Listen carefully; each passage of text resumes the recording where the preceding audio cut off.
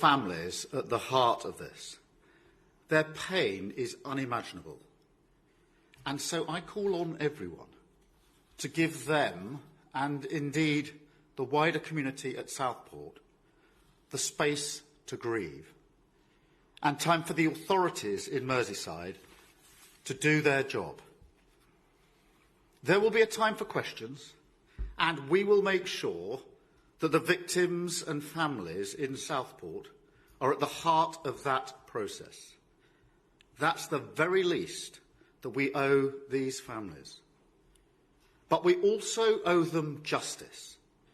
So while there's a prosecution that must not be prejudiced, for them to receive the justice that they deserve, the time for answering those questions is not now.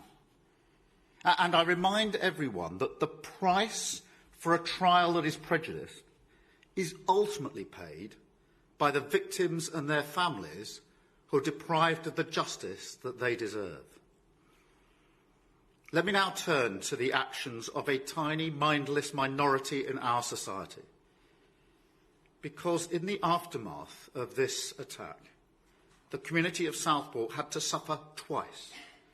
A gang of thugs got on trains and buses, went to a community that is not their own, a community grieving the most horrific tragedy, and then proceeded to throw bricks at police officers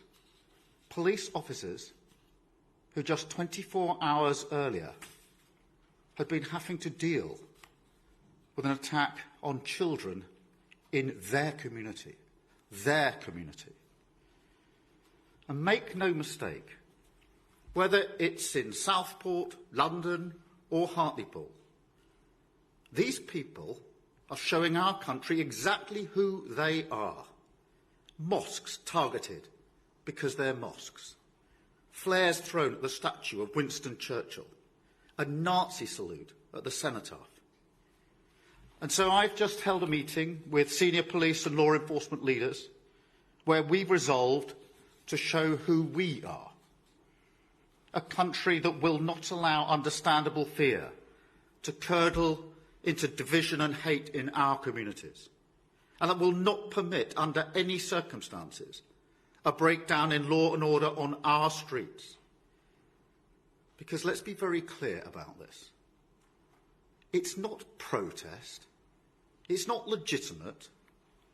It's crime, violent disorder, an assault on the rule of law and the execution of justice. And so, on behalf of the British people, who expect their values and their security to be upheld, we will put a stop to it. I want to thank all of the police officers across the country who have already, as they do so often, stood up to intimidation and violence in the past few days, and indeed throughout the summer. And let me be clear, the meeting this afternoon was not about pointing the finger of blame. That is not how this government of service conducts its business, because it doesn't work. Rather, this was a meeting to pull together our response, a response both to the immediate challenge, which is clearly driven by far-right hatred, but also all violent disorder that flares up, whatever the apparent cause or motivation. We make no distinction. Crime is crime, and so to that end, I can announce today that following this meeting, we will establish a national capability across police forces to tackle violent disorder. These thugs are mobile, they move from community to community, and we must have a policing response that can do the same. Shared intelligence, wider deployment of facial recognition technology, and preventative action, criminal behaviour orders to restrict their movements before they can even board a train, in just the same way that we do with football hooligans. And let me also say to large social media companies and those who run them, violent disorder clearly whipped up online, that is also a crime.